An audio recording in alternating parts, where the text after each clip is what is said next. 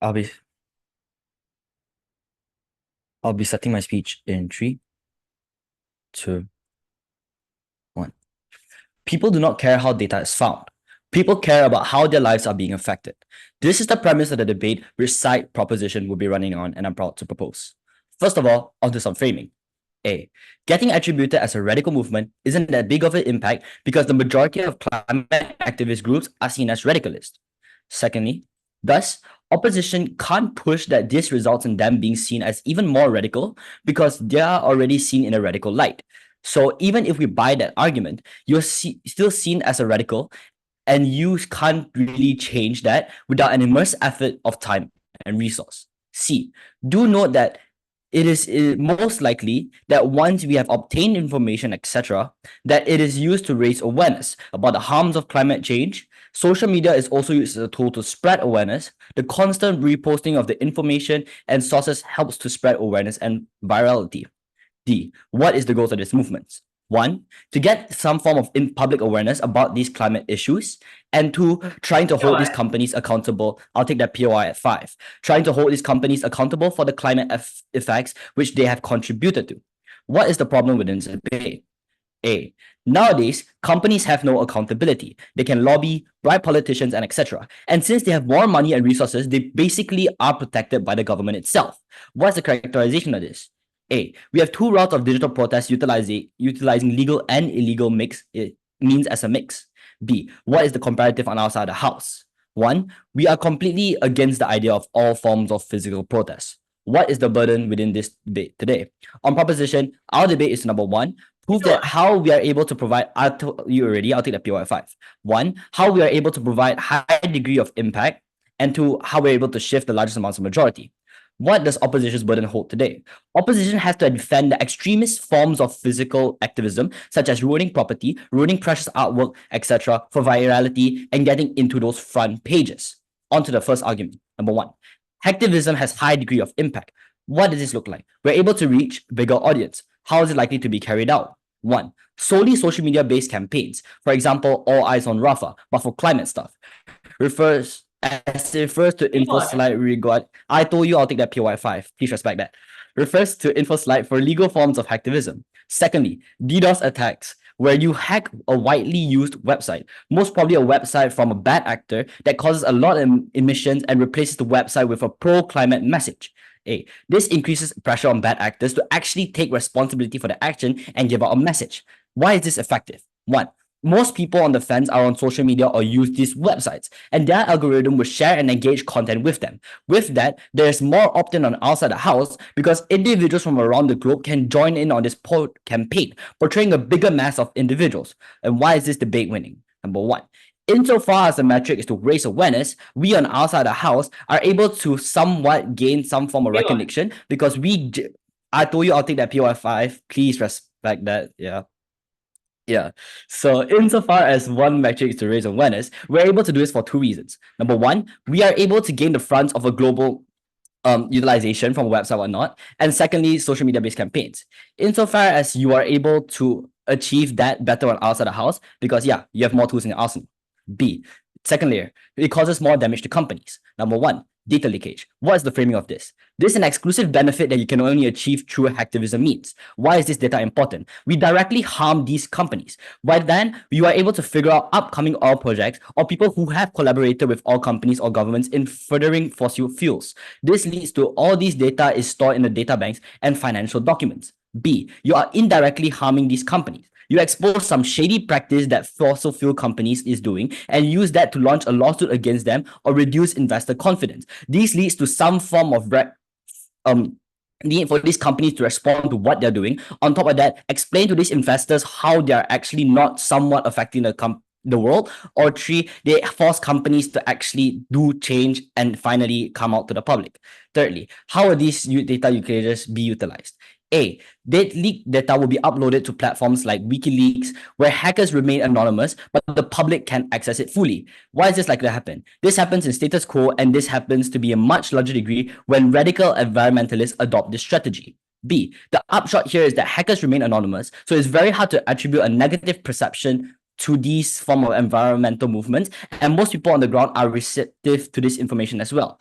And this is due to the fact that these people are not painted under bad images under the light. For example, going out and destroying artworks, which I'll elaborate on later. What's the impacts of this?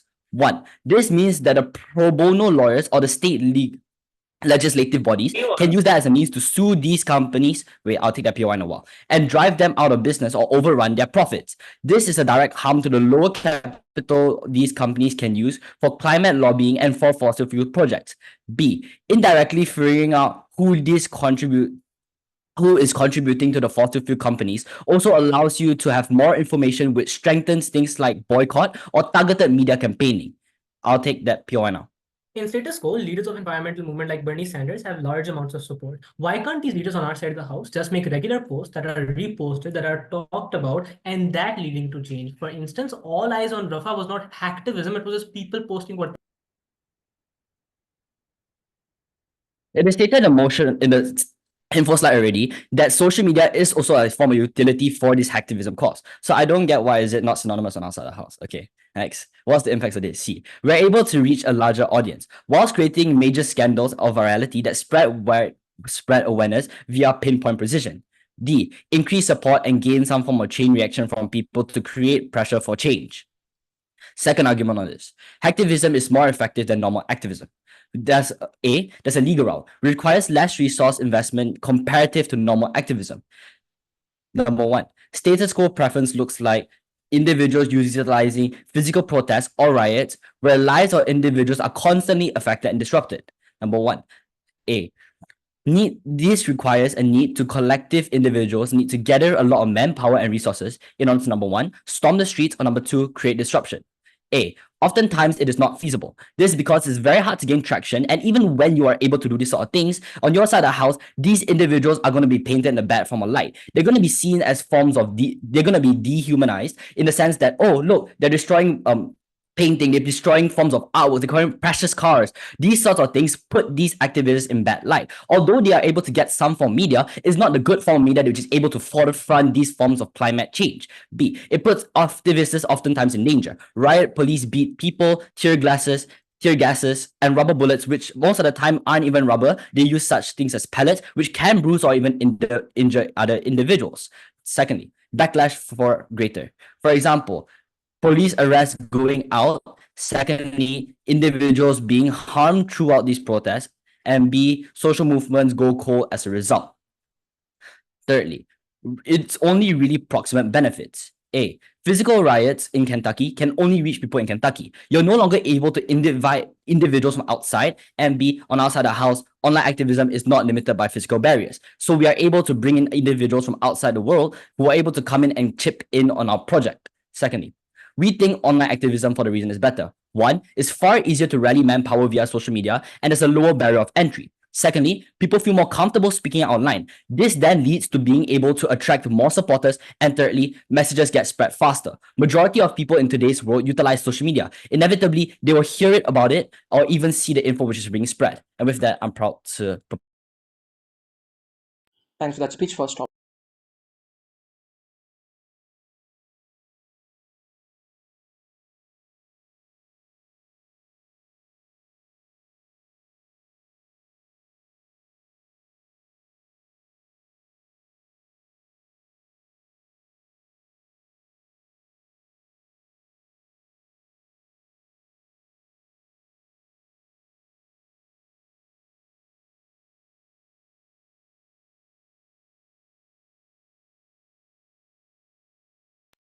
All right, am I visible and audible? Yeah. My name is Sophia. I'm the one speaker for Pakistan Shaheens. My pronouns are she, her. Please ask verbal POIs. Unmute yourself and ask. All right. I'll be starting in 3, 2, and Proposition has painted hacktivism and packed it in a pretty little box and tied a bow on it and presented it to us. They say hacktivism is when you post a screenshot such as all eyes on Rafa on your story, and that is hacktivism, just because social media is used as a utility and form of hacktivism. I don't think that's true. Hacktivism's utility and forms are inherently different. Forms of hacktivism include shutting down websites. They include data breaches for government websites and shutting them down for days and days. They include you literally going online and stopping people from using internet for so long just to spread your message online. These are illegal criminal activities. Posting all eyes on Rafa is not an illegal criminal activity that could literally end up for you in jail. At that point, a clear demarcation needs to be brought about what climate change activism even looks like in the status quo. Climate change activism has two groups. It has a radical group and a majority group that is actually peaceful. Climate change is not what they're trying to make us defend. It's not essentially breaking pipelines all the time. Climate change activism that has existed in the status quo is brought through by organic, peaceful change. This can be seen as people having sit-ins. This can be seen as Greta Thunberg's Friday movement. This is literally all that has brought about all of the change within this idea. A few responses before my actual positive case. I believe that at a point in time, they come over and say that the impact we're creating is harming companies. It is inherently wrong. You're actually going to harm your perception, and this is simply because the climate change movement is not seen as radical. It is something that is seen as peaceful. And by remaining anonymous and going online, you also dehumanize yourself. Going into streets means you tell your stories to the people. You go in front of the camera. That does not happen when you're hiding behind a screen. You can associate that to criminal activity much easier.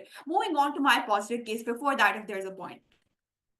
Yeah, do you think Greta Thunberg getting dragged away by police in cities and all that is seen as peaceful or is seen as not radical?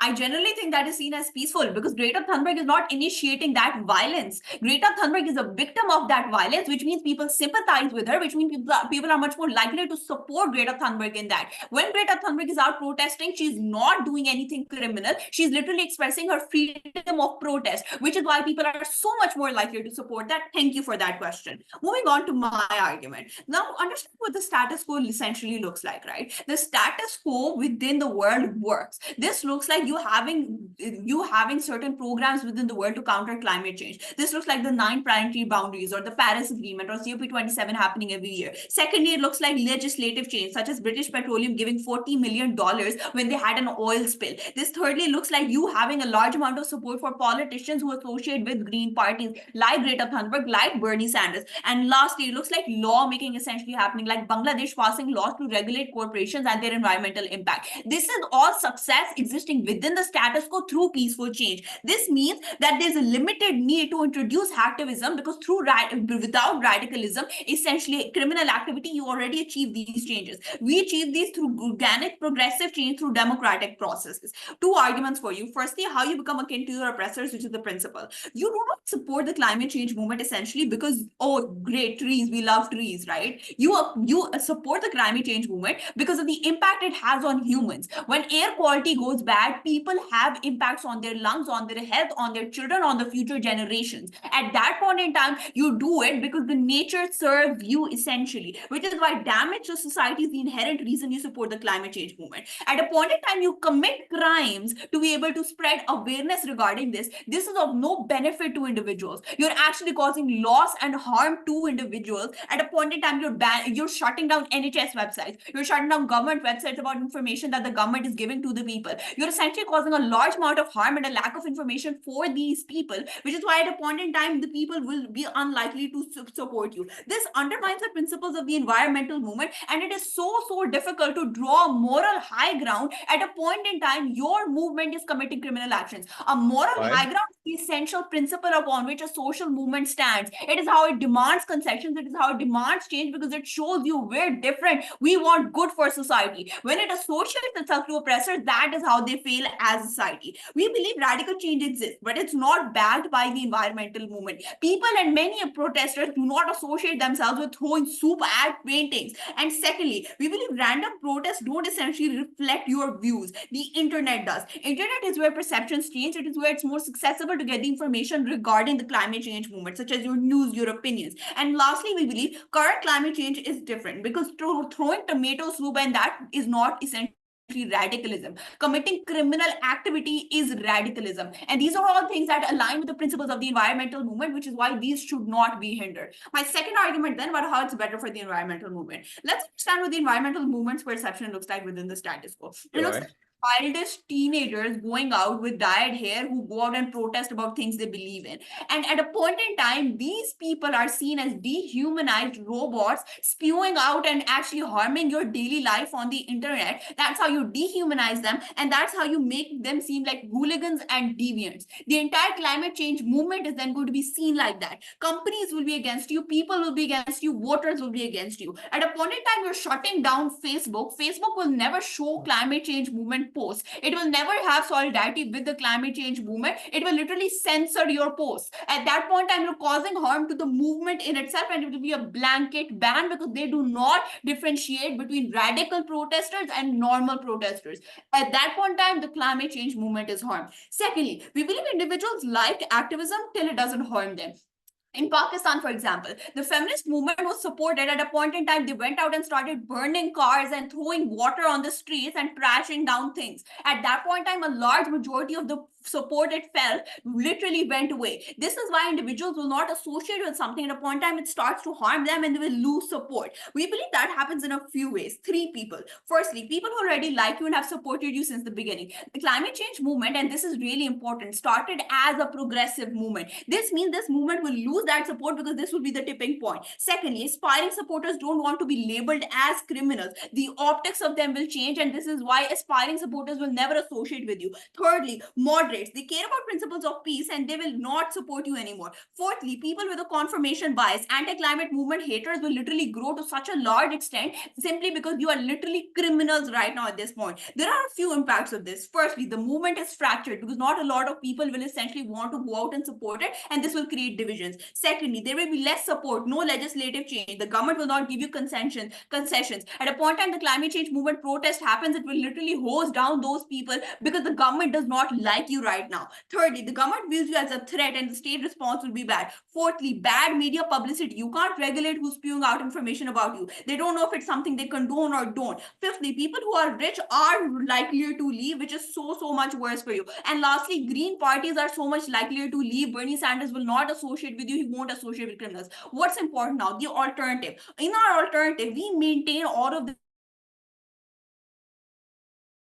support, granting benefit to the environmental movement. We seem rational. People like Bernie Sanders are so much more likely to support the climate change movement when it is rational and when it seems normal in front of the public, because that is where they get their votes. Thirdly, we show urgency already in the status quo through individual emotion, graphic imagery. Online awareness already exists and it is successful. Fourthly, you can pander to governments, and when they see you as an ally and not an enemy, they're so much more likely to grant you concessions, which is why already things like plastic bans in Pakistan are happening. And lastly, Germany is a great example of this. The Green Party is already forming a coalition. It's part of the government. This is because the climate change movement is succeeding. There's no need for this debate. The climate change movement should not turn into criminals. Give this debate to opposition. Thanks for that speech. Speakers should note anything you say beyond 8:15 will not hold on questions. Having said that, second.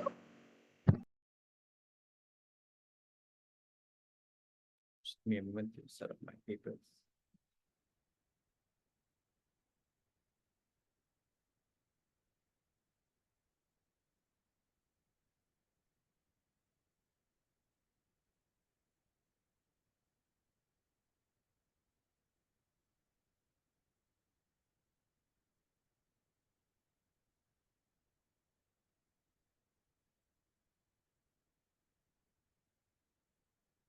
Pronunciation pure.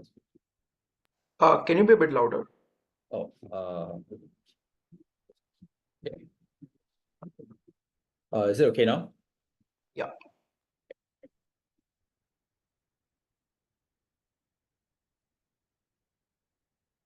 Panel, I think side opposition shoot themselves in the foot when they say that, oh, Just Stop Oil is not radical because it is legal and therefore everyone accepts it. The vast majority of attacks that the environmental movement get is because of Just Stop Oil, from conservatives sharing videos of Just Stop Oil throwing tomato soup and paintings and whatnot. That is to say, the reason why it is so proliferate or so prevalent like that is because there are people involved that you can see and identify And it is physical action that you can attribute to as just like environmental protesters. That is to say, they have their own branding, and that is something conservatives can easily spread around. Insofar as that exists on their side, this is two things. One, they still probably have the same negative perceptions, right? And two, they can't say that the hacktivists doing some bad things will be attributed to Bernie Sanders, because if those things are not attributed to Bernie Sanders, whatever Just Stop Oil is doing, I'm unclear why hacktivism will be attributed to Bernie Sanders. That is on their most charitable framing. In fact, I'd like to flip this by saying that hacktivists, and this is the delta in the debate, hacktivists are anonymous, which means it is much harder to paint the idea that these hacktivists are directly related to Greta Thunberg or Bernie Sanders. They have to prove later on in their speeches why, if Just Stop Oil is not attributed to Bernie Sanders and they can still get the same degree of organic change, why will hacktivists suddenly create a tipping point? I also like to reframe the debate, right? They say that the environmental movement is viewed in a good light and all that. This is a very utopian framing that is cherry-picked and all that. I'll give a more clear one. What is the situation of the environmental movement now? We know the environmental movement is already painted badly by conservatives. They always paint these things badly because of Just Stop Oil and their their own incentives to paint the environmental movement badly. We think trying to shift the perception away from radicalism is counterintuitive, because while you may stop your radicalism, the conservatives will still, and oil companies will still aim to paint you as radicals through other things like using past footage of throwing tomato soup as painting and using other means to paint you as radical. Even Greta Thunberg getting carried away by the police, even though liberals understand that that is something they can relate to and something that is bad, conservatives are likely to view that as an environmentalist going against law enforcement or getting a law enforcement putting on his will onto the environmentalist. The bottom line here is that you shouldn't view this debate in the lens of some general society. It's conservatives versus liberals. Liberals will always support the environmental movement. Conservatives will always paint it in a radical way. Any slight change in perception won't change a lot, right? Because you won't influence government action, you won't deceive your own supporters, and you won't suddenly convince conservatives. Even if it does put away some people on the fence, in our worst case, there are only a very small minority of individuals that won't change anything, because people don't vote based on environmental policies. People vote based on other more proximate issues. Given that, it is illogical to use a strategy that solely relies on attention and on spreading awareness, given that it's not an effective strategy. And also, what change you get in status quo? The only change you get in status quo are because it's politically popular to make these moves. However, the vast majority of change that you need to get is not being implemented in the current society. I also like to rebut the idea that change is organic. One, the change that is organic is slow and goes at the pacing of oil companies. That is to say, they ignore the framing that oil company lobbying exists. So if you go through parliamentary means or support or voter-based means to pass through laws, an oil company can simply lobby your politician or can just pay a conservative politician to put out rhetoric that is against your rhetoric, right? And it can also lobby voters to vote against you. That is to say, the force here is equal. In that sense, you need an opposition force that is irrespective of democratic means. And we tell you that radical means, such as the illegal ones we point to, can be the only one here. They have not proven and have not met the burden of proving why people will be dissuaded entirely by this. However, there are numerous other cases as well where Bernie Sanders and Greta Thunberg are not enough, right? Because while they may be good in European countries and in democracies and whatever, they are not effective at all in China, where media is censored. Given that, you need to hack the certain apps within China so that people realize there is a problem. There is no legal way to tell Chinese people in China that these things are certain issues. There are simply cases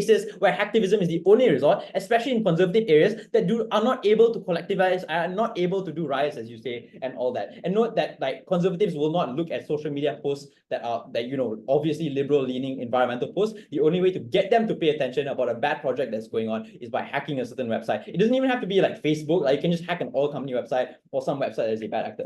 I'd also like to rebut the idea that they get the moral high ground on their side, because you already get the moral high ground on our side as well. I'm unclear why Greta Thunberg has to associate herself with hacktivist stuff. It's very easy to just say, oh, I don't like illegal stuff, you should support me, I don't associate with that, and still have the hacktivist wing of your environmental movement bringing on change, pressuring oil companies and pressuring other things. Greta Thunberg can still paint herself as good, Bernie Sanders can still paint himself as good, and they can still push out rhetoric that the environment is in a dire condition. They can still push out rhetoric that relates to individuals who don't feel hacktivism, right? Because hacktivism also looks like taking data out from big companies and hacking those big companies' services. I'm unclear why people will be so put off by this that they suddenly don't support the environmental movement. I also like to rebut the idea that the government views you as a threat. This is a huge logical jump, because if the government doesn't view Just Stop Oil as a threat, I'm unclear why they will view you, an anonymous group, as a threat. Even if they view you as a threat, they're just going to strengthen cybersecurity. They're not going to completely put off environmental policies, given that there are a bunch of people that will call you out if you take away environmental policies. That is to say, once you even bring up discourse about removing environmental policies, you radicalize more people on the ground, you mobilize more people on the ground to have something to oppose the government with, right? That is to say, now you can create more campaigns around the idea that the government should not stop pushing out these bills, that the government should keep in, like the Willow Project with Biden, right? Biden want to push that through. People oppose it. I think you can still get it on our side, which means it is harder for government to simply remove an environmental policy because of these hacktivist groups. It's also harder to paint these hacktivist groups as bad because of the reasons I told you, that these hacktivist groups are probably going to not be associated with the movement. Before I move on, I'll take a PY. The environmental movement has millions of supporters around the world. Why can't all these supporters just post on social media, raise awareness through that way, and then get the change that they want? Yeah, they can. I don't know why you can't do that on our side. That is okay. You generate enough attention on that, but it is not enough, because the only attention you can generate through that is maybe convince a few people on the ground and maybe convince some government policies, but it's not enough. On our side, you can simply have another wing that will push for actual pain on the government or actual pressure on the system. Insofar as there are already groups doing this, I think you can still have that. Why then is hacktivism a tipping point for our side? This is the crucial piece of framing we gave to you in first that went unresponded to. The idea of data leakage. This is something you can only get when you explore hacktivism. You can expose certain documents that are very persuasive to the public. Just posting on social media that the environment is heating up maybe is not persuasive enough. But if you post that a certain oil company is going through shady practices or is actively screwing over certain things, that creates a mobilization force for people on the ground that will persuade them to act further and act more and reduce the popularity of oil companies, which means even conservative politicians can't associate with a corrupt oil company, because corruption is a more mutually understood issue on both sides rather than just the idea that you're an equal supporter and whatnot. I also like to give you an extension here that the barrier to entry to activism is lower in all forms and for radicals, right? That is to say, even there might be millions of people around the world, right? There might be millions of hackers, people with data science and data computing knowledge and whatever. However, those people cannot mobilize within certain communities simply because there isn't a group of people there. Sure, you can post on social media, but that is not enough. We tell you that these individuals should be able to express the idea of hatred with all companies or dire necessity for pushing forward environmental goals through the ability to contribute towards a certain environmental project, like hacking a website. This means that you gain more useful supporters on our side. Because if I live in Malaysia in a conservative state, I can still contribute towards a hacking piece that hacks a certain websites and also extracts data from that website, which I've already proven to you is persuasive. This means that I'm also likely to create more loyal supporters because people around the globe can opt into communities better and can opt into a collective that is anonymous. This is also important because we preserve the safety of these individuals on our side. You no longer have to do radical things like set yourself on fire when you walk out or go occupy a street. You can simply resort to things from your home and know that your identity will be safe. That means the state cannot put you in jail. The state cannot directly target you. You have a lower barrier of entry on our side. You simply have more people that are able to contribute to certain things. For all those reasons, we are able to progress the environmental movement on our side. Thanks. That's great. Second round. Both visible and audible. Yeah.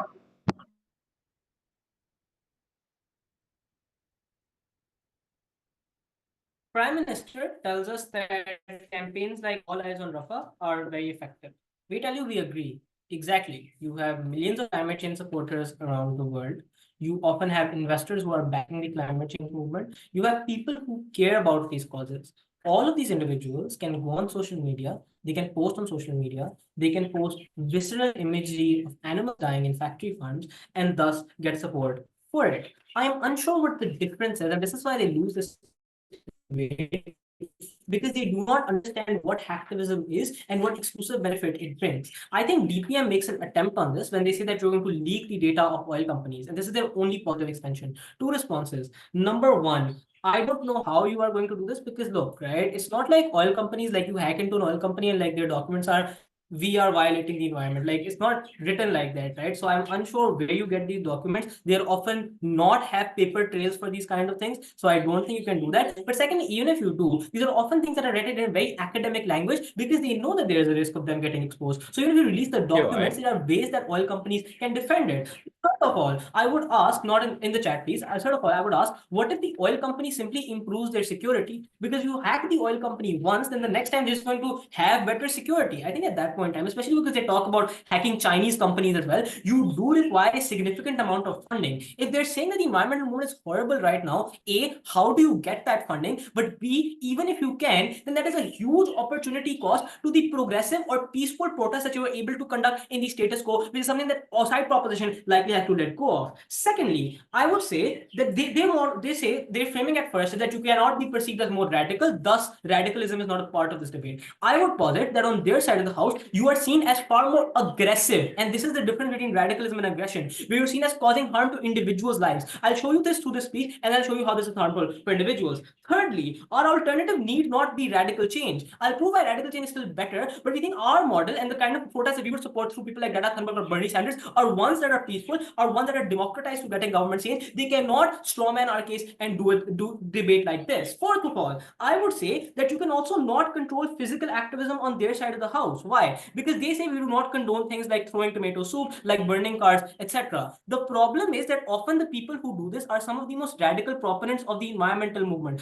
I am unsure why these things would stop on their side of the house. So they're saying that these things are so horrible that those exact same impacts still exist on their side of the house. Two things in the speech. First, on the principle of the duty of the environmental movement. Second, on where we get more change. First, on the principle.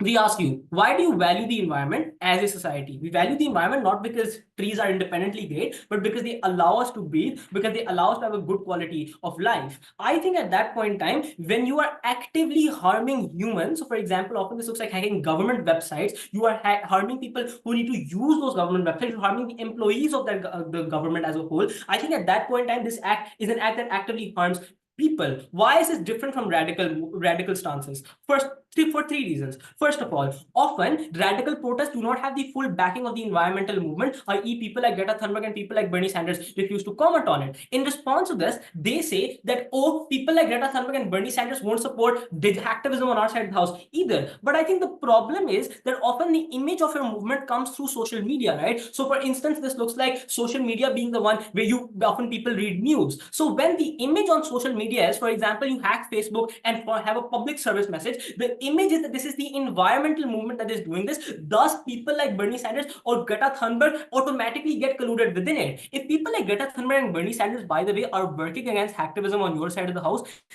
then you get none of the change that you want. Because if the leaders of the environmental movement are not supporting hacktivism, then why are people going to support hacktivism? But second of all, this would obviously create internal fracturing within the movement, where now you're not working toward the same aims, you not have a collective message. And this is the problem. They say hacktivism is anonymous. I say exactly, because hacktivism is anonymous, you don't know who is doing it, but more importantly, you cannot regulate who is doing this. So the environmental movement does not like sit in an office and be like, these three people are hacktivists, they're now going to go do activism. Often this happens through random individuals. Thus, these individuals may not just like propagate what is the main aim of the environmental movement, but one that is more personal and more radical. So that's why I think that the current radical change is different. Third of all, I think that current radical change often does not affect individuals. If I throw tomato soup on the Mona Lisa, that does not affect anyone around me. But if you go on social media, shut down a website that's important for individuals, that is what affects individuals. Our alternative then, we think we have progressive change, which is actually the vast amount of protests that happen. This looks like, for example, the entire climate change movement in Germany being a non-violent movement, and you actually having a German party in the coalition of the ruling party right now. But secondly, even if radical change happens, I think that it is not the main image of your movement, because you are not doing it on social media. So I think you're still able to show that your movement is far more progressive on our side of the house. What is the weighing here? Absolute worst case, radical change, you're destroying pipelines. Two things. Number one, you are violating the rights of companies who are horrible. You are not pushing this on, for example, social media companies who are not the root cause. But secondly, on this issue of root cause, when your companies or the internet are not the root cause of climate change, it does not make sense for radical change to be there. Secondly, where you get more change, where will you get propositions in the main push? Two things. Number one, they say companies are not accountable. Three responses. Number one, they are accountable through courts. British Petroleum paid $40 billion for an oil spill in Gulf of Mexico. Nestle in Indonesia had to pay like billions of dollars because of oil spills because of spills that they caused, which harmed farmers. I do think accountability exists toward the courts. Secondly, you also have democratization. Politicians do not just care about lobbies, they care about re-election. If a large amount of people want climate change, it does come. Thirdly, you also have internal hierarchies within businesses. When you have climate change activism, people who are in oil companies aren't all evil. Often you have support within oil companies, which leads to change as well. Second thing they say, anonymity is great. Few responses. First of all, who is blamed on their side of the house? Because if you cannot blame the people who are anonymous, they need to shift blame to someone else. At that point in time, this blame is likely going to be shifted to the leaders, likely going to be shifted to the movement as a whole. because the perception is that the environmental movement is the one who is doing this. I think firstly, social media companies are then just likely to block your messaging, censor you on their website. Secondly, people are likely to perceive you as hooligans or people who are blocking websites for no reason. They support you less. But third of all, on our side of the house, it's easier to dissociate yourself from the more radical proponents of the movement. How so? Which is radical, but this is the more progressive, more important part of the movement because it happens on ground. On social media, it's so decentralized that you cannot distinguish one from the other. Thus, individuals don't have that better. Secondly, states are more likely to arrest you on their side of the house for a couple of reasons. Number one, tracking exists. They can track your IP. They can track where it came from. States are likely to find this, right? I don't think that the regular hacker has more capacity than the state. Secondly, often you have lobbies like social media companies that are going against you. They're going to, like, for example, arrest you as well. Thirdly, you're challenging government legitimacy. Things like data leaks actively challenge the legitimacy of governments because of the fact that you're leaking their document. Thus, they're more likely to arrest you. Why is the alternative better? Crucially, we tell you there is no need for this motion. You have international agreements like the Paris Accord. Corporations are being held accountable through lawsuits. You have support from big investors like Greta Thunberg or Bernie Sanders, and you have lawmaking as well. I give you the example of Germany. For our alternative, you seem far more rational. Why? Because when you do people protest, they now see you as someone who maybe they can listen to. That is when you have better discourse and people are more likely to listen to you. I think on their side of the house, you're not just seen as radical, you're seen as far more aggressive. People are not going to support you. And for all those reasons, I think this is a very clear. Thanks for that speech, third round. All right, give me a second.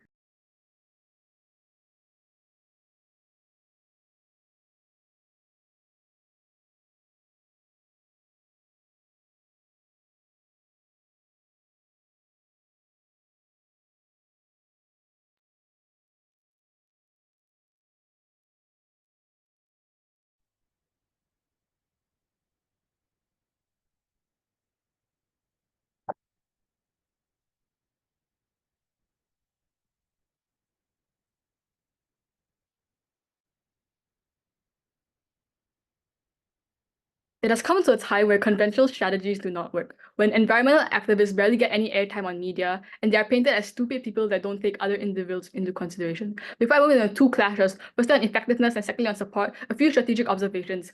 Firstly, our stance was never just social media. We brought it up because it was part of the legal method in the info slide. We want to do both forms, but if needed, we are willing to just support illegal methods. But then on your side, just using social media was not enough because we tell you that social media is already oversaturated, right? All different social movements are using social media to gain awareness. The feminist movement, the environmental movement, therefore it was not enough, and this was what differentiated us from the rest of the movements. I think secondly, we don't have to prove 100% success and effectiveness. It's only comparative scale. So in our worst case, even if you don't get any change whatsoever, we think the means of just providing more information allows more people to learn about how urgent the climate change movement is, and that is already a net benefit. So first issue then on effectiveness. I think the main push here we get from up is that actually we already have some level of success in status quo, and this is because of organic change. But I think the problem now is that these environmental movements and the change you can get is already stagnating because everybody in the world already knows how bad climate change is, but most of the countries around the world still haven't implemented enough policies to crack down on climate change, right? They had to stop cherry picking examples of like cases in EU, right? Because they told you from first why in majority of the cases, in majority of the countries, large oil corporations can lobby governments to continue to push policies for their favor. This is why Greta Thunberg and this is why Bernie Sanders was never enough. This is something they failed to respond. But then secondly, we told you the comparative on your side was worse because how are you going to get more change now? Because the problem with physical protests that your side is advocating for is that people are locked away by geographical factors. If I'm in China, I can't help out in California, right? And if I'm in and physical protests mean that people can't actually take the time or day to go out because they can never leave their jobs. They can't like take a day off, right? So they're not willing to sacrifice themselves for some nebulous movement they don't know like if it's going to work or not. But then thirdly, they fear physical retaliation, right? Things like tear gas, things like rubber bullets. And the lack of anonymity means not everyone can attend protests because they fear for their own life and their own selfish needs take over, and therefore they don't actually attend protests on your side. And I want to note that on your side, you can't actually regulate protests either because you can't control what happens within these protests. So therefore, the harms of regulation is also symmetric on your side. So even now, if in status quo we already have some change occurring, we tell you on your side it's harder for change to actually occur. Yeah. And I know here in opposition to, they attack the ability for us to find out good information. I have two responses here. I think firstly, these documents are found in the systems of these corporations, right? So maybe it looks like the surveys of the factories within the corporation, or just like the fact that the company is using fossil fuels. I think secondly, we told you that if it's technical information, then the technical information will be posted on WikiLeaks, and obviously there is someone that will just translate it to understandable means, so it becomes more consumable for the rest of the world, right? I think lastly, they told us, oh, what if all companies improve their security? Then we think it's also easier for hackers to also improve their hacking skills, right? Especially because we can mobilize people from all over the world, mobilize all of the hackers around the world, and it's also easier for them to remain anonymous. So the barrier of entry to enter into our movement is actually less. I think lastly, they try a last-ditch attempt that actually accountability also exists on their side. But the problem is that accountability only exists when the information was in the public, when the oil spill was in the public for everyone to see. But the problem in status quo is that majority of these things, the majority of shady things that these oil corporations do or just businesses do, that wasn't in public, and they hid it under documents, right? So this is the net benefit we gain on our side, because what happens when they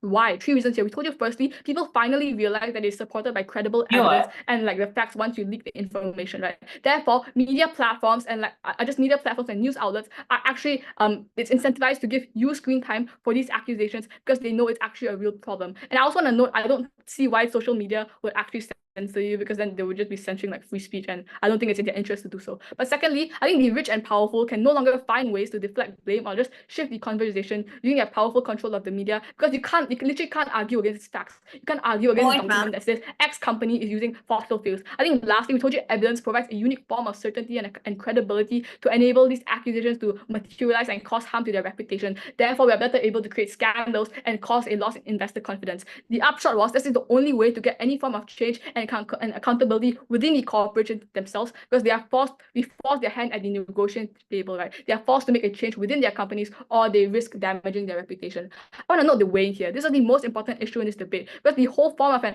activist and just a social movement in general is to create a disruption, to gather attention onto our cause and spotlight these issues to ensure that everybody understands how bad it is, and everybody realizes how urgent this issue is, right? I think we also win uncertainty, because definitely whatever information we find out will be plastered across media for everyone to see. I think this obviously has already worked in the past. For example, when WikiLeaks leaked a lot of stuff in the past, they literally plastered all across media and everybody was talking about what's going on. Before I move on, I'll take a point.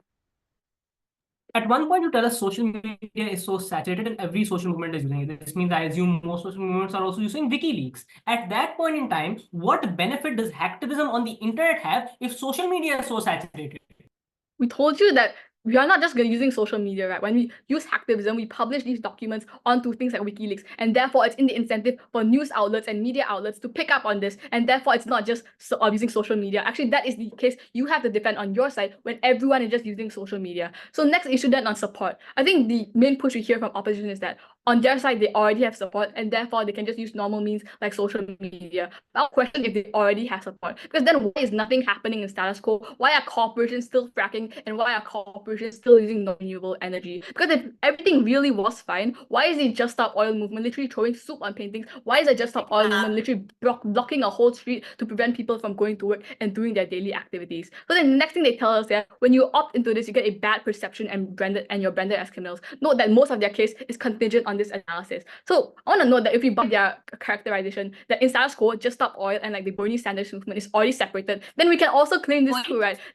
It's also separated on our side and we don't get branded as criminals. But secondly, if it's separated, we told you status quo, you already have a bad perception because of everything Just Stop Oil is doing. They're they're preventing babies from being sent to hospitals, they're preventing people from going to. So even if that's not what every activist is doing, this is overshadowing your narrative, and therefore the environmental movement status quo already has a bad reputation. So in our worst case, bad perception is symmetric, but at our best, it reduces. Why does it reduce then? We told you firstly, we're better able to prevent collateral damage, because when we use data leaks and we use DDoS attacks, we can target these attacks on large corporations in their ivory tower. We're better able to unlock documents that never would have been in the public eye to show that they have been lying about the amount of oil they frack, or that they don't actually use green energy. This was good because you don't have to use the similar methods currently used in status quo, like blocking a whole street, and you prevent people from just doing their daily activities, and you impact people's lives even more because they can't do things like go to the hospital, they can't do things like go to work. But then secondly, we told you that individuals actually prioritize bigger issues than the fact that it was obtained illegally, because people inherently feel like they have a right to know what's going on in these corporations and what's happening behind closed doors, because they may be shareholders or they just trust these the company as a consumer. So insofar as their day-to-day lives are massively disrupted, like you just see a new document being leaked, or you just can't use a website for a day, compared to not being able to literally bring a baby to the hospital, I think the harm on individuals is already less than. So we are better able to target these attacks onto corporations, and people have an innate sense of justice that we can cut into. And they don't actually care about data leakages, they care about their livelihoods. And insofar we're better able to generate change, that's all that matters. The way here was important because you're better able to actually ensure long-term sustainability. Whereas on your side, people are more likely to become apathetic when your activism is more likely to be cracked down upon because it isn't anonymous and your activism doesn't actually lead to any form of change. And therefore, on your side, people become more apathetic and they're unlikely to want to continue to support you because all their efforts and all whatever they're doing isn't actually leading to any tangible change. For all those reasons, propose. Thanks for that speech. Third up. Hi, our power just went out. Is it possible to get like a minute or two? Yeah, sure.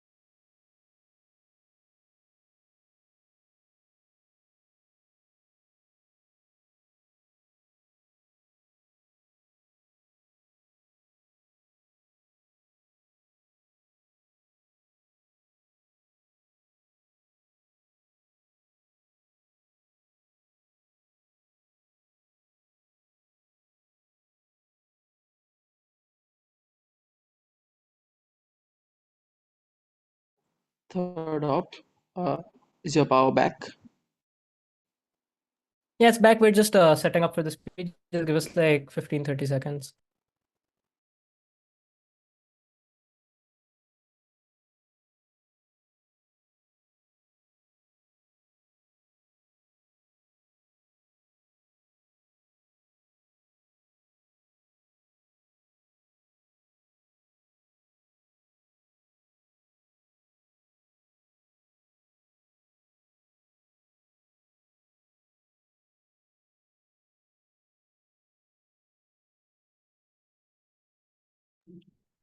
Am I both audible and visible? Yeah. All right, I will start my speech in 3, 2. The thing I find interesting about their case is that their only positive extension, and by the way, so they had to give us a lot of that. Their only positive extension here is that they're going to get documents and then they're going to portray those documents through the same mechanisms that they are accusing of social movements of climate change already using in the status quo. So stuff like protests, etc., are essentially things that these people that side proposition is ultimately going to rely on their side of the world. Notice how this is an ultimate concession because they're conceding that these protests, etc., are effective to some degree. Social media campaigns in the status quo are therefore effective to some degree. Insofar as this is true, we don't think that there essentially is a need to you literally go out and breach state security and literally put yourself in position. Here's where I like to reframe this debate because we think that in the status quo, a lot of your current mechanisms of propagating climate change movements are currently successful. We think people generally disassociate themselves from things that ultimately might portray them in a bad light, which is why radicalism is ultimately something that the climate change movement disassociates itself from. This was a frame that we brought to you from first, never dealt with. We think that currently stuff like, for example, how in the Germany the Green Party exists is mostly peaceful. We think necessarily you can have more change like this on our side of the world. We don't think this is a frame that they necessarily engage with. What is then the comparative in this debate? On their side, even in their best case, what they're doing is that they're portraying this movement in a bad light. What they're doing is that by breaching state security and by breaching the privacy of individuals, these people essentially become digital terrorists, which is, by the way, an actual crime that the state can charge you for. On our side of the world, we still maintain the moral high ground. We still say that we're still going to try and maintain change through some sort of peace. we still go if this is shown to be effective in the status quo. This is the comparative in this debate, something that they do not engage with. What are then the issues within this debate? The first issue on where we are going to be more successful or not. Number one, we brought to you a model here that was never contested with. This model that we've been pushing from first, that you should not evolve to the level of the oppressor. What did they have to? Number one, they had this idea that, oh, the government won't end up blaming, they don't blame leaders for anything else. Number one, when you're committing digital terrorism, essentially the leaders are going to be viewed as part of the leaders that are propagating hacktivism. That is to say that these leaders essentially by their own frame is that most of these people are going to remain, so people do not necessarily have an incentive to, so the government's primary incentive is going to be targeting the leaders. The second thing that they had to say here was on the idea of you getting more votes. I don't necessarily understand why more voters are going to show up on their side of the world. I don't necessarily think that people are going to purposefully show as them supporting criminal parties. But secondly, we think that they're ignoring the harm on green place essentially. A relatively minor issue compared to issue of change, but this issue is still important insofar as on their side of the world the leaders are going to be arrested eventually and the leaders are going to be put to blame. We don't necessarily think that that is the most beneficial outcome. The movement is actually going to lose the people on their side of the world, because notice this: the person who is hacking government websites, etc., is ultimately going to remain anonymous, but the people, so therefore the blunt of the arrest, etc., is going to go towards the people who actually show themselves in media that would support these things on their side of the world. Moving on to the second issue about change, I would like to ask them here, what change are they achieving on their side? Countries do not necessarily leave paper trails, so we don't necessarily think that, you know, you're going to go out and just find some random document by hack oil. I don't necessarily understand what encrypted secret document is, you know, to be laid behind an oil website. I don't necessarily think that that is a mechanism that they clarify for us. But the second thing about the documents that they have, first off, their actual analysis for how people end up going to become hackers and are going to receive effective change is through, you're going to have a low barrier of entry, and the reason for this is, oh, a lot of people don't have time to go to test. I'm sorry, but on your side of the world, are individuals magically going to have more time to just start learning hacking? Now, I don't think that necessarily that is true. Secondly, a lot of individuals within the status quo are not hackers. We necessarily think that on your side of the world, the barrier of entry that you're having is going to be extremely, extremely limited. The second mechanism that they had here was, oh, you're going to get global documents. I'm unsure how a normal Joe from USA is going to be able to hack into a Chinese government. We don't necessarily think that that is something that they necessarily prove to us, right? We ask them this: if you increase the protection of these websites, how are you going to get effective change? We don't get any suitable responses from that. Thirdly, on documents, suing essentially becomes ineffective on their side because those documents become inadmissible in court. All of those documents you've received are through illegal means. You cannot even achieve legislative change on their side of the world. We don't necessarily think that that is something that they have, or we don't necessarily think that they achieve that either. The last thing that they had to say here was that you're going to broadcast more information. First off, I don't necessarily, by the way, here their characterization is that social media necessarily is ineffective. If social media is ineffective and internet as a mechanism is ineffective, where are you broadcasting the information that you're getting through hacktivism? I don't necessarily think that this is something that they clarify for me. But secondly, their mechanism here is to block an oil company's website. Number one, if you're not blocking or if you're not hacking or blocking major social media platforms and you're blocking a random oil company, how is the majority of the public going to ever see that? We don't necessarily get that mechanism. We think that necessarily that is also ultimately going to fall on their side of the world. And the last thing I would like to say here is that you cannot broadcast the information on popular social media websites, because insofar as you've stolen from organizations that are actively being supported by the government. Case in point, Trump was funded by a lot of oil companies. We necessarily think that you're going to ultimately be censoring that information. Before I move on to the general way of this debate point. Yeah, if the environmental movement can disassociate from radical movements like Just Stop Oil, why can't Bernie Sanders and Greta Thunberg disassociate with a hacker group like they can when they disassociate? Okay, wait. So So the environmental movement is supposed to disassociate itself from hacktivism on your side. What change are you receiving? Secondly, if prominent leaders are not ever showing those documents in the public, what change are you receiving? We don't necessarily get that, but also I gave the response for that in the start of my speech. The idea that by your mechanism, a lot of the hackers are going to be anonymous. So the people who are going to face the blunt of the arrest are not going to be the hackers. It's going to be those leaders, people like Bernie Sanders, etc., that actively show support of the environmental movement. What is the general way up in this debate?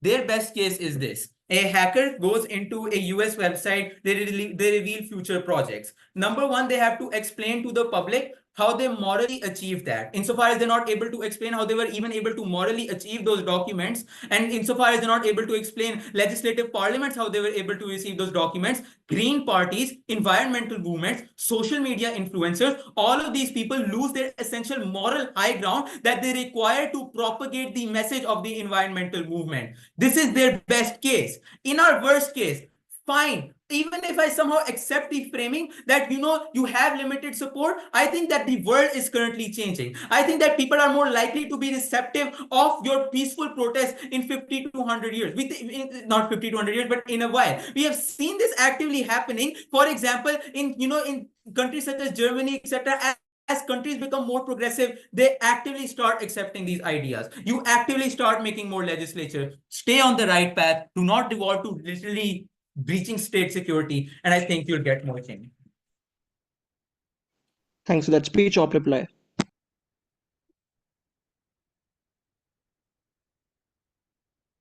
Am I both visible and audible? Yeah. All right, give me a second.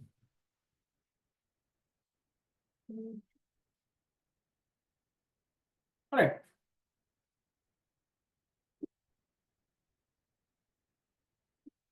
Proposition identifies two kinds of activism. The initial kind of activism, which is identified at first, is analogized to campaigns like All Eyes on Rafah, which are done on social media. We tell you we can do the exact same thing on social media, so that kind of activism is taken down. The second kind of activism, this is the only thing that they say, is that we're going to hack oil companies, and the oil companies are going to give you documents, and that's going to be great. First of all, oil companies are not treasure hunting companies. They're not going to leave behind a paper trail that leaks all of their secrets. But second of all, if social media is so saturated, where are you publishing the information that you're getting from these documents? Social media, right? So I don't think it's going to be useful because it's so saturated according to you. Third of all, by the way, this is very important.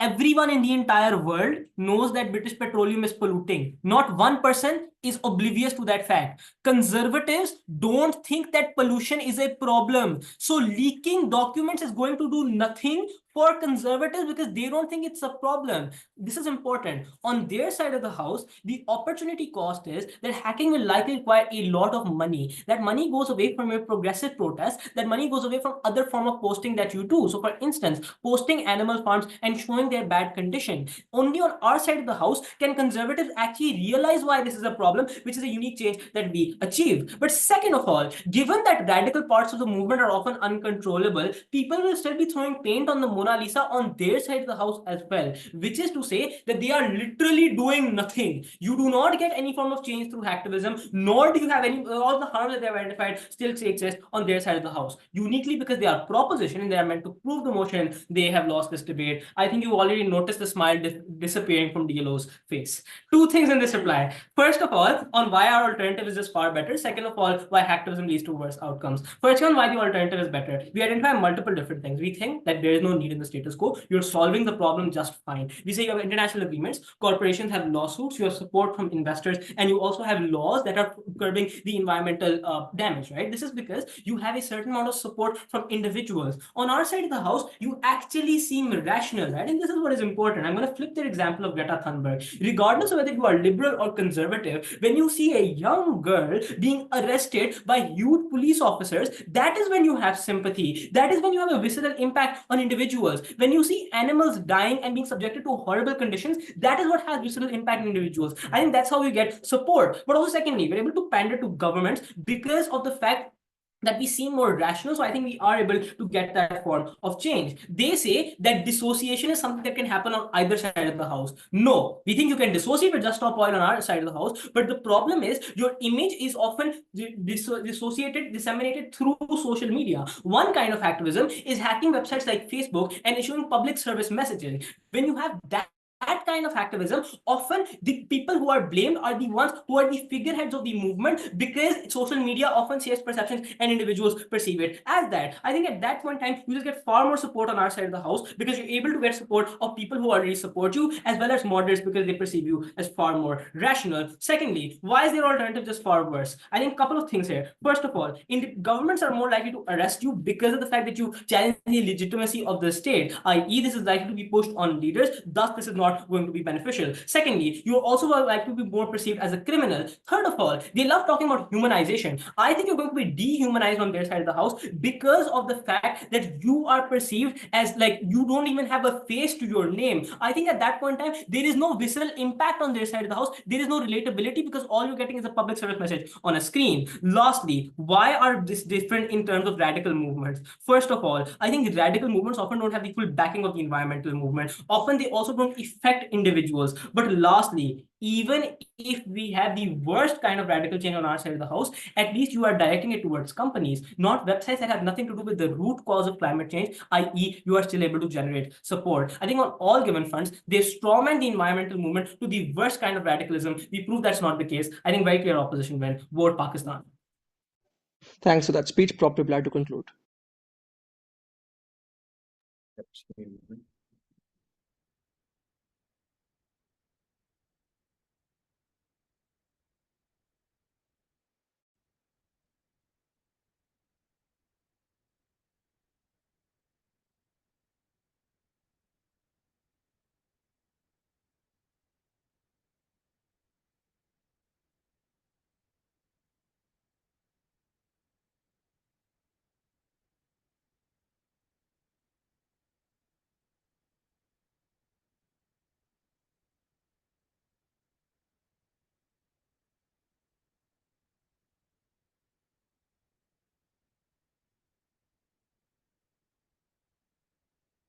Panel, it's very clear that opposition was never listening to a case and relied on a strategy of straw manning and cherry picking.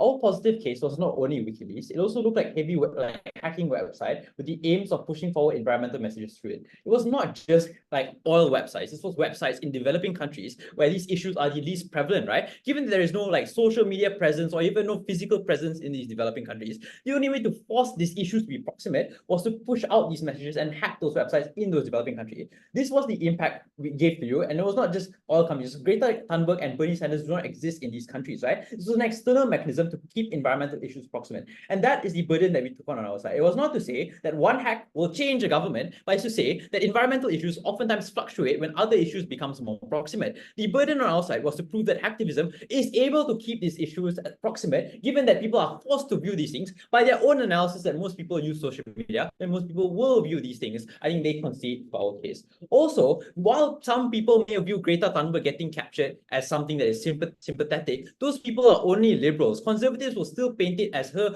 violating law enforcement. I'm sorry that you live in a conservative, in a liberal bubble. A few logical leaps they made on their side. One, they said Bernie Sanders will not use WikiLeaks documents because we said he's disassociating. That's not how it works, right? You upload a document on WikiLeaks and that document gets disseminated by news companies. Bernie Sanders can simply comment on that, or the simple fact that those documents are disseminated by news companies exposing the corrupt practices of certain companies, of certain politicians, is enough to warrant the idea that this generates momentum within the movement and generates momentum within public, because everyone on either side of the spectrum opposes corrupt politicians and opposes bad company practices. Two, they said hackers are anonymous, so you'll arrest environmental leaders. Bro, that's not how the law works. You don't arrest a leader because someone else did something wrong. That is simply like a logical fallacy. But we tell you that the more likely way to view this issue, this is the same way you view Just Stop Oil, right? That this is a specific group within the environmental movement that are doing it like legal or hacktivist things, right? So that means you're likely to view this as a group of activists. You're not going to attribute it to Bernie Sanders, especially since he's saying saying, no, I'm a legal person, I'm doing other things, these same mechanisms you use on your side to disassociate from Just Stop Oil will be used on our side to disassociate from hacktivism. This, but important thing to note here, is the hacktivist group does not depend on public perception. All it depends on is hacking these companies, taking out these documents, and furthering the cause where the cause is not proximate. That is a fundamental basis that they never got. Thirdly, they tell you that all companies don't leave a paper trail. This is a hoax. Like WikiLeaks works by investigating into companies. Well, may not get some encrypted document. You're probably going to get where the new projects are going to be, who all companies are getting their money from through bank account receipts and all those things. That's just a simple fact. Panel, the most important here, at the end of the debate, our framing still stands. It is true that liberals will always support the environmental movement and conservatives will always paint you as radicals. Their fatal flaw on opposition was they needed to prove why conservatives will stop painting you as radicals and all companies will stop as well. Their response was, oh, but now that it happens worse because the stuff is illegal. I'm unclear the degree of difference of how when something is illegal, given that conservatives, like they Just Stop All throwing mushroom soup on painting gets way more views on social media than something other illegal things like stabbings or that, right? But no one hates Julian Assange because of WikiLeaks. People are willing to defend his life because of WikiLeaks. I think these things are very popular with the populace. They're also willing to support it over the other radical things, which still exist on your side, by the way. You could never co-opt a brand new world. You had to defend status quo. Status quo was one where people resorted to violent things or like occupying streets and all those things. Those things still exist. Those things still generates negative perception. Given that, I think it's better to adopt another strategy that allows individuals all around the globe to push their efforts and to push their radicalism towards a cause that can contribute to a greater degree of efficacy. The other simple truth we gave you is that other issues are more proximate, like the economy and health and stuff. Given this, if Prop's only strategy is to use campaigning, they will always lose out when other issues comes up. All the examples they gave to you had two conditions. One, it happened in first world developing countries, and two, it happened in times of peace. These things will still happen on our side because those conditions still remain true and people are still pushing for it. But in absence of that, at least we create a force that pushes for change to happen. At least we create a force that generates momentum and encourages further action to be taken for the cause of the environment and for environmental goals. This is a clear. Thanks for that speech and everybody for a wonderful debate.